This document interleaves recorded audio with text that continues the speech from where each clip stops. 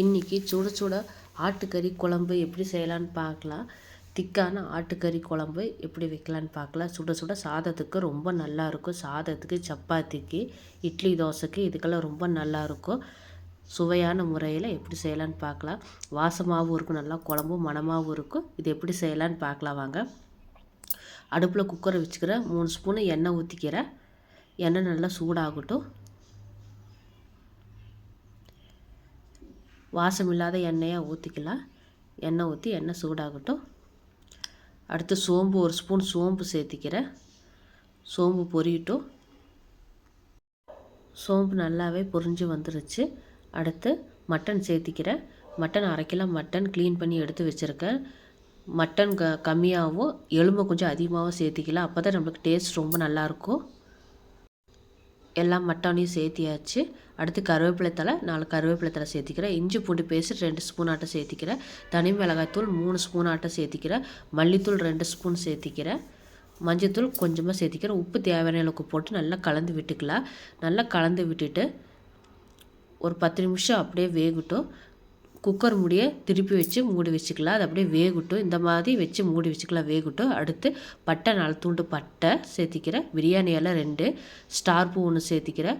2 பெரிய வெங்காயம் பொடியாக கட் பண்ணி சேர்த்திக்கிறேன்.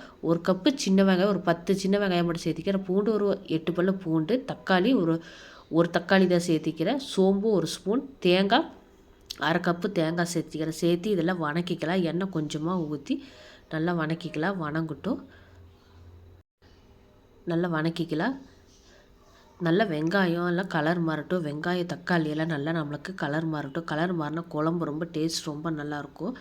பச்சையாக அரைச்சி ஊற்றினா அது ஒரு டேஸ்ட்டாக இருக்கும். இந்த மாதிரி வணக்கி அரைச்சி ஊற்றினாலும் அது ஒரு வகையான டேஸ்ட்டாக இருக்கும். பாருங்கள், அப்படியே வணங்கிட்டே இருக்குது. கொஞ்சம் தீ கம்மியாகவே வச்சு நல்லா வணக்கிக்கலாம். வேகமாக வச்சா அடி பிடிச்ச மாதிரி ஆயிரும். இந்த அளவுக்கு அப்படியே வணக்கிக்கலாம். நல்லா வணங்கி வருது பாருங்கள். மிளகு 1 ஸ்பூன், சீரகம் 1 ஸ்பூன் இதோட சேர்த்திக்கலாம். சேர்த்தி நல்லா வணக்கிக்கலாம்.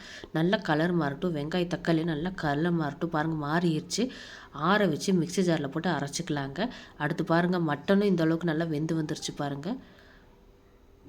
ஒரு 25% வெந்துருச்சுங்க. மூடி வச்சதில் ஒரு 25% வெந்திருக்கு. நல்லா கிளறி விட்டுக்கலாம். அடுத்து நம்ம அரைச்சி வச்ச இந்த மசாலாவை சேர்த்திக்கலாம். மசாலாவை சேர்த்து நல்லா கலந்து விட்டுக்கலாம். தேவையான அளவுக்கு தண்ணி சேர்த்திக்கலாம். நம்மளுக்கு குழம்பு எவ்வளோ தேவையோ அந்தளவுக்கு தண்ணி சேர்த்திக்கலாம். கொஞ்சம் குழம்பு கெட்டியாக வைக்கிறதுனால நான் தண்ணி கம்மியாக தான் சேர்க்குறேன். தண்ணி கம்மியாக சேர்த்தி கலந்து விட்டுக்கிறேன். இப்போதைக்கு கொஞ்சம் மல்லித்தூள் சேர்த்திக்கிறேன்.